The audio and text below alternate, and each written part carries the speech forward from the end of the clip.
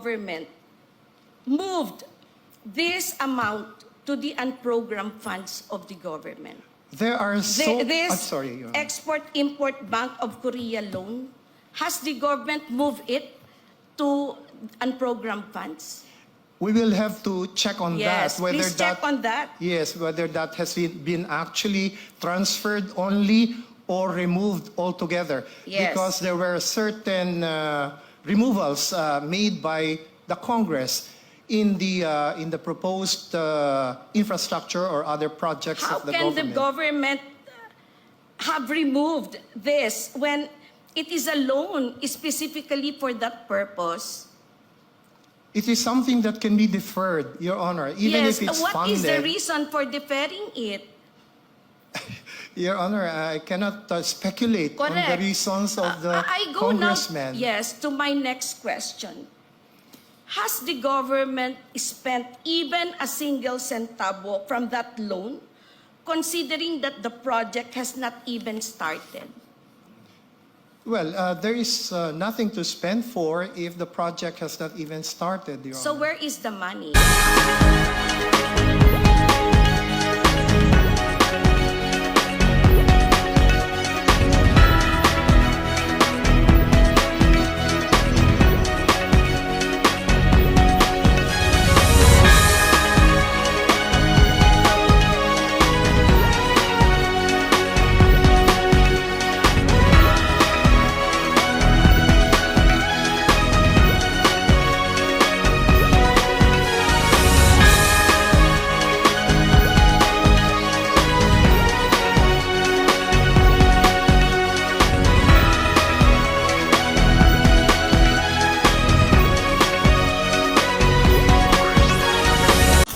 Okay, Mr. Solicitor General, please.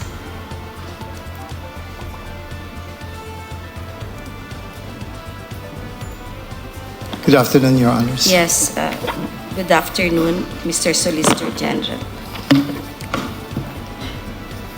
Mr. Solicitor General, can you please refer to the provision in the law, 𝐒𝐿CA law, regarding which reads, no portion of the reserve fund or income thereof shall accrue to the general fund of the national government or any of its agencies or instrumentalities, including government-owned or controlled corporation.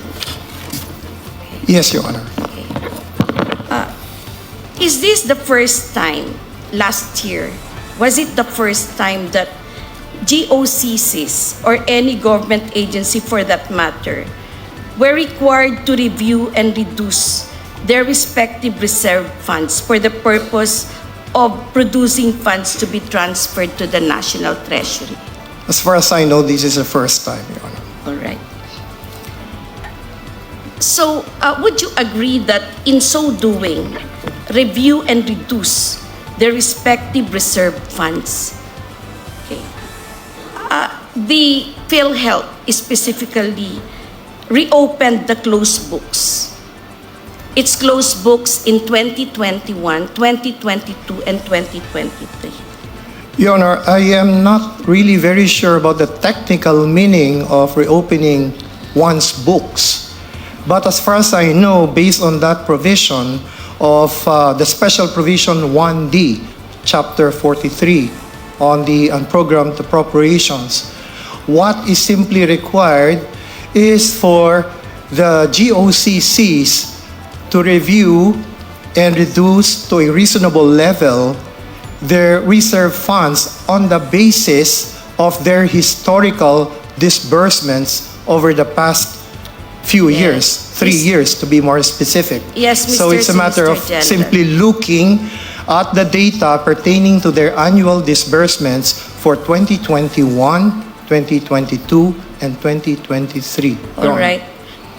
And because of this review, the PhilHealth was able to reduce its reserve funds for these 3 years.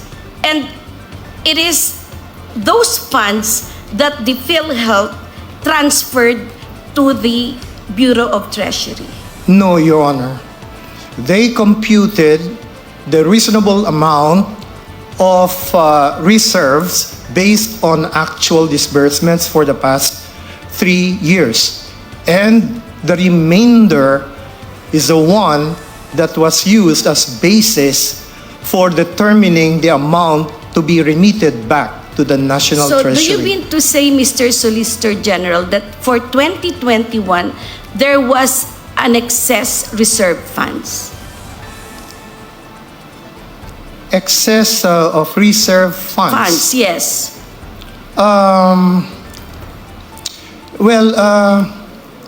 I would say that, excess of reserve funds in relation to what, Your Honor? Reserve funds are specifically earmarked to answer or cover payments Yes, of Your the Honor. claims of beneficiaries. And if there is an excess, to fund programs that will ultimately reduce the financial responsibilities of the beneficiaries. And third, if there's still excess in the excess, to invest the same. So, Mr. Solicitor General, in 2021, was there excess reserve funds? Your Honor, if we are going by the definition of reserve fund under Section 11 of the Universal Health Care Act, that reserve fund is determined by the actuarial computation. Yes, Mr. Solicitor General, I have no quarrel with that. My point is, was there excess funds in 2021 coming from the reserve funds of PhilHealth? Yes, the answer to that question is yes, and Your Honor. Section 11 tells PhilHealth what to do with the excess funds. Exactly, Your Honor. Doesn't it? Yes? No, Your Honor, there is no violation. Because that responsibility on the part of PhilHealth to make use of any excess over the reserve fund for the twin purposes of increasing benefit packages and reducing the contributions from the members is something that can be implemented within the period of 10 years. It's not something that has to be implemented immediately. So in other words, even if we have that special provision 1D, it does not mean that the obligations of PhilHealth to spend the excess over its reserve fund has been abandoned, because that is something that can be complied with at some future time. It's At a some 10-year future time. It's a 10-year period of Yes, implementation, Your and Honor. this is the sixth year. Yes, Your Honor. So you have not started with the programs yet, because according to you, the excess funds may be devoted for other purposes, because anyway, the timeline is 10 years. No, Your Honor, there is no inconsistency, because as we speak, PhilHealth has been increasing its benefit packages even before Special Provision 1D came into effect. And more so, after that provision, special provision, was enacted as part of the unprogrammed appropriations. Yes, Mr. We have seen a Solicitor slew of benefit increases over the past several months, Your Honor. Several months, not only. Several months only. But when PhilHealth is required to do it from the time it has been created under UHCA. That is very true, Your Honor, Yes. but this is a matter which is reserved to the Board of Directors of PhilHealth. Yes. This is a management A thing. management and a business judgment. But then, the judgment of PhilHealth to disburse its funds is limited by Section 11. That reserve funds, as it is named, is reserved and cannot be subject to the discretion of PhilHealth to be used for another purpose. We are referring, Your Honor, to the excess over the reserve fund. Yes, but the excess is also subject to the provision of Section 11. And Section 11 mentions the purposes for which this excess should have been used. Yes, Your Honor. Let me discuss the second purpose, which is to reduce the contributions of the members. In our opinion, Your Honor, that is something that PhilHealth itself cannot do at the moment.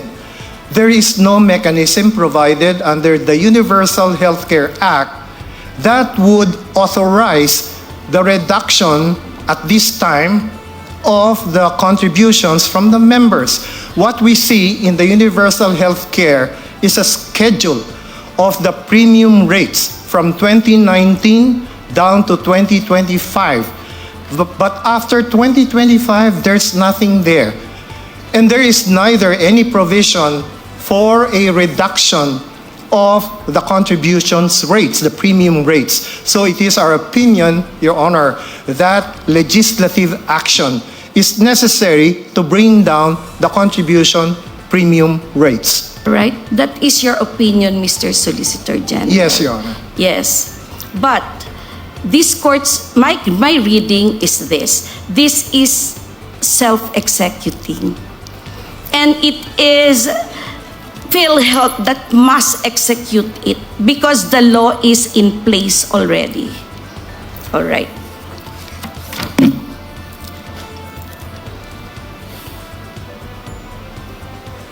All right.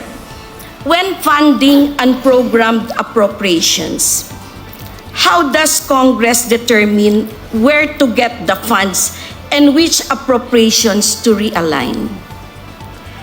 Your Honor, under Special Provision 1D, there are various sources of funds, such as excess of revenue collections over the targets, or new revenues, whether these are tax or non-tax. There are foreign loans approved, which might also go into the pool. And finally, this new additional source. And excess reserve funds. Excess Reserve funds. No, it's called As a result, fund balance. Yes, Your Honor. as a result of the review and reduction scheme. To reasonable levels Yeah. of To their reasonable level reserve funds. is discretionary. It has no fixed standard. All right. There are So- guidelines, Your Honor, set by the Department Yes. of Finance for determining the computation of what should be a reasonable level. Yes. According to the DOF, the funds to be remitted to the National Treasury will finance urgent national projects.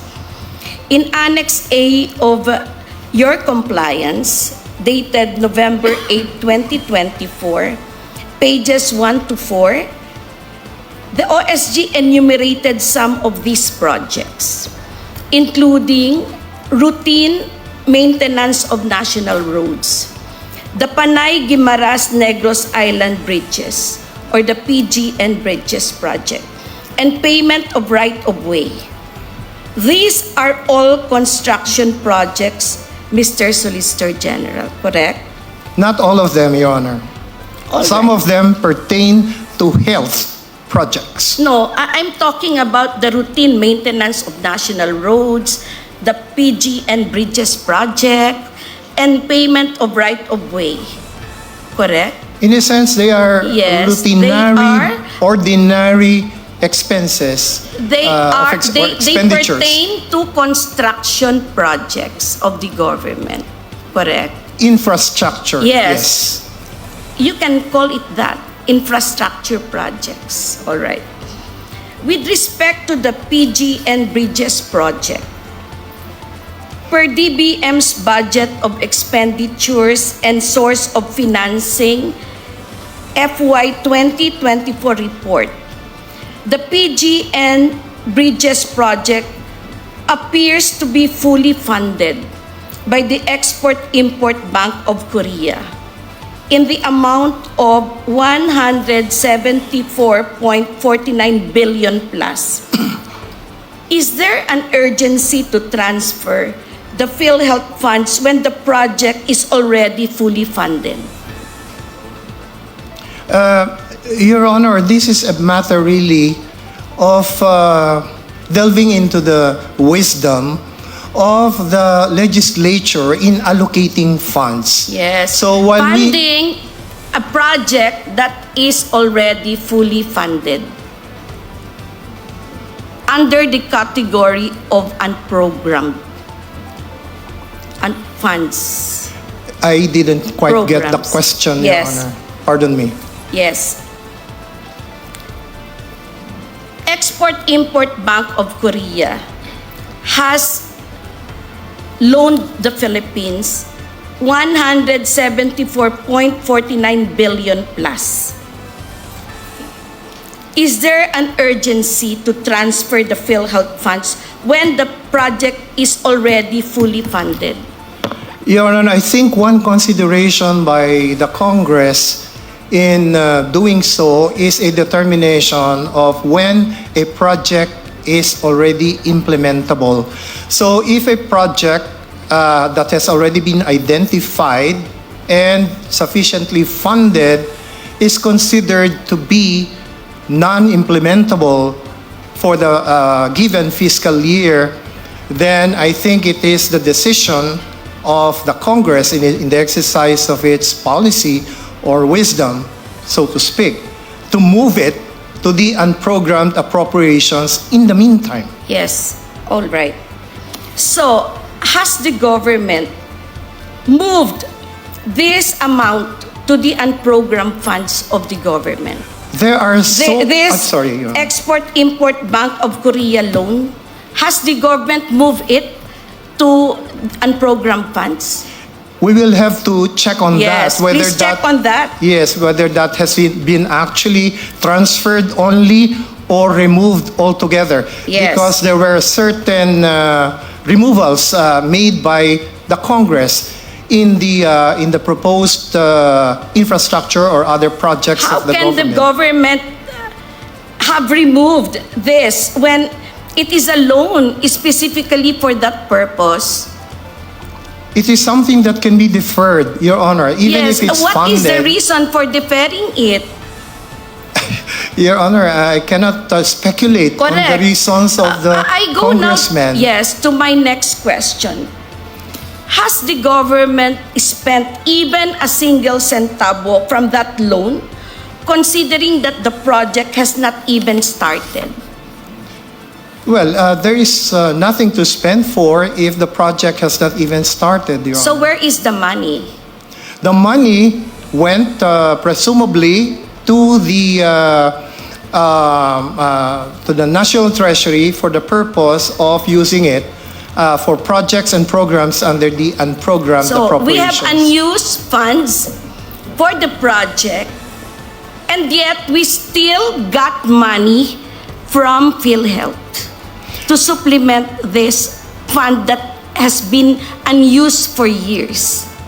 Not automatically, Your Honor, because even if the funds, even if the sources of funds under special provision number one of the unprogrammed appropriations is already there and is ready to be used for the projects under the unprogrammed appropriations, it is still a question of whether the implementing agency is ready to implement that project.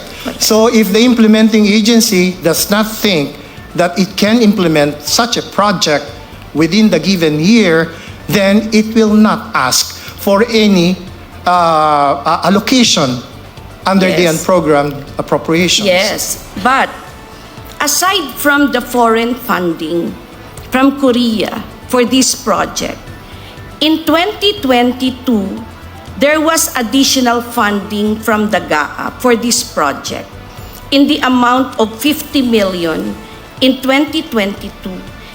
In 2023, another 57 million. This is over and above the Korea Export-Import Bank of Korea loan. Where did this money go when the project has not even started? We will check on that, Your Honor, because that is a very specific project which we have not really examined. Yes, we're please looking do at that. the totality of all the projects that were defunded or where the allocations have been reduced, and or some projects that had actually been removed from the program appropriations under the NEP, and which may have found themselves in the unprogrammed appropriations. Yes, Mr. Solicitor General. And based on the special allotment release order, the use of funds for the PG and Bridge project is released on a quarterly basis, showing that the payment of funds is done in phases. More, based on the press release of the local government of Iloilo on the project timeline, the construction period for Section A, which is the 13-kilometer Panay-Guimaras project, is from a third quarter of 2025 up to the fourth quarter of 2028. Given these premises, what is the urgency of remitting the subject funds if the construction of the PG and Bridges project has already been funded and has yet to start in 2025? Your Honor, the urgency is on the use of these available funds for all the projects listed under the unprogrammed appropriations. There are so many of them. I think 57 different purposes. Yes, and it's one of them. And it's one of them. And it shows that it has had multiple fundings. All right. On maintenance of national roads, which national roads are we referring to? Your Honor, we can refer to the SARO released by the Department of Budget and Management to determine which particular projects had already availed themselves of funding from the provisions of special So there are no provision. specific national roads that are covered by the unprogrammed funds. Your Honor, what is stated under the unprogrammed appropriations are purposes.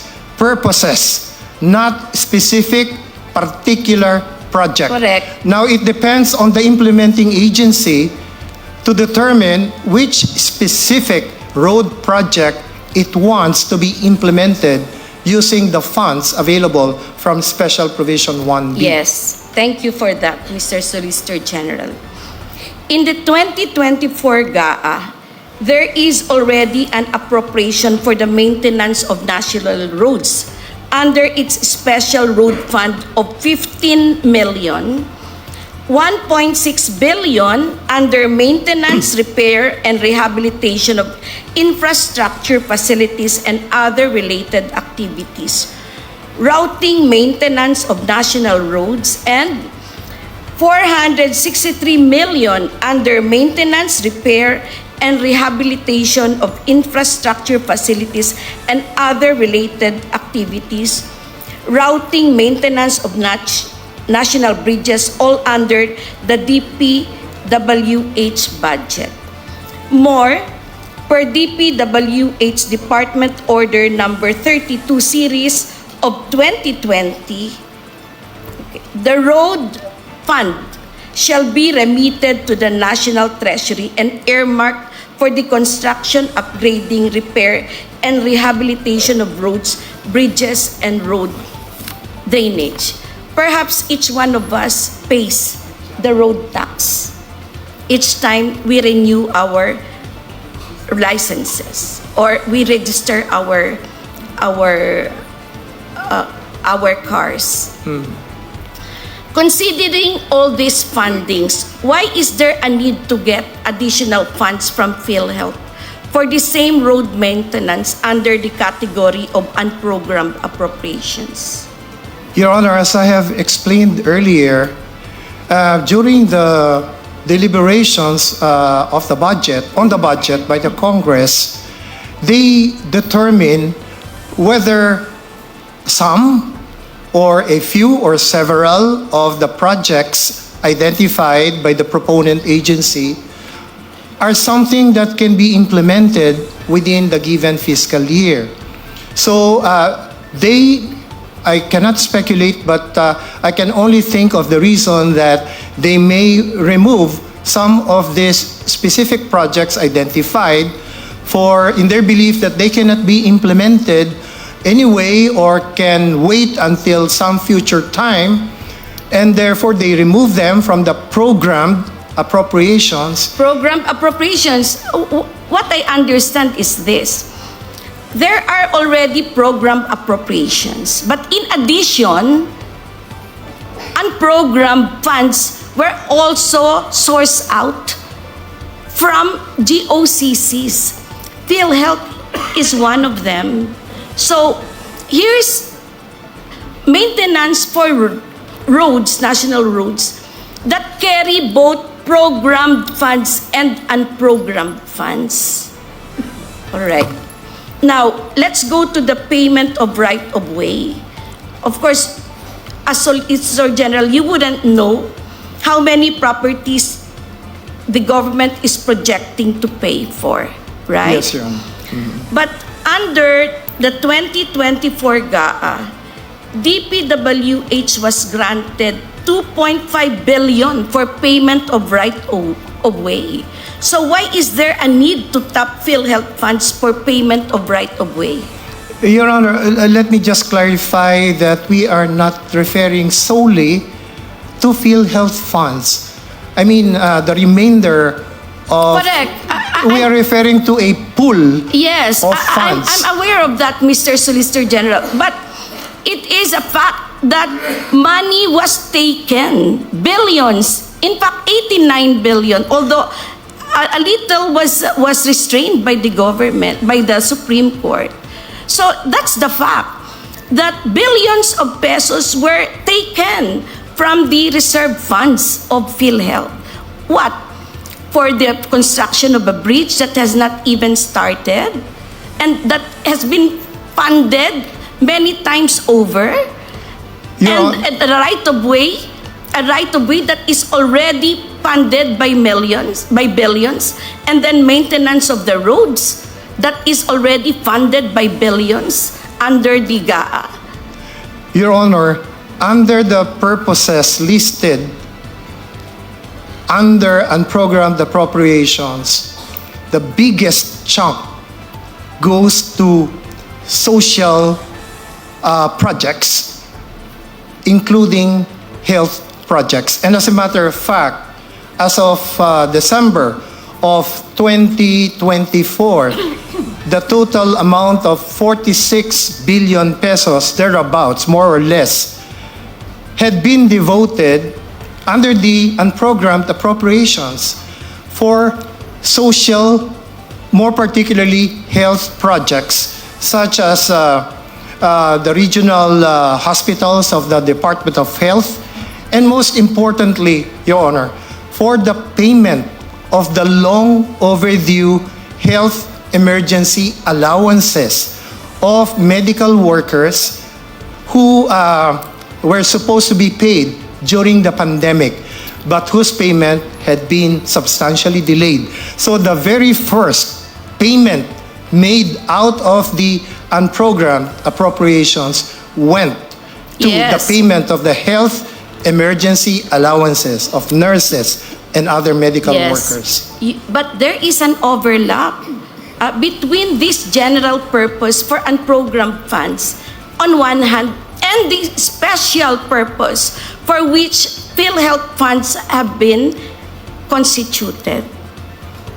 Right. Now, the other projects funded from the GOCCs, including PhilHealth, include management and supervision of comprehensive peace process, payment of personnel benefits, priority social programs for health, social welfare and development, higher education, and technical and vocational education, revised AFP modernization program, pension and gratuity fund, financial subsidy for purchase of photovoltaic mainstreaming for rural electrification. Now, may I ask, which comprehensive peace process does this refer to?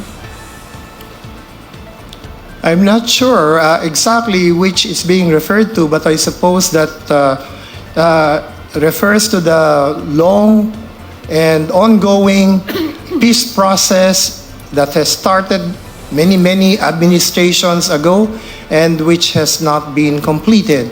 So I suppose this includes the peace process involving our brothers in southern Mindanao. Yes, but like the other programs, under the unprogrammed appropriations, the 2024 GAA already has an item under the Office of the Presidential Advisor on Peace, Reconciliation, and Unity for this purpose, which is 459 million plus. We're flashing it on the screen. What is the need for additional 688 million plus budget under the unprogrammed appropriations? Is the peace process part of the mandate of PhilHealth? Again, Your Honor, I cannot speculate why Congress put such a project under the unprogrammed appropriations. Precisely, we are here, okay, Yes, Your Honor, but to evaluate whether the assignment of this item, the inclusion, is proper. Is it valid? Is it constitutional? Your Honor, it's just a list.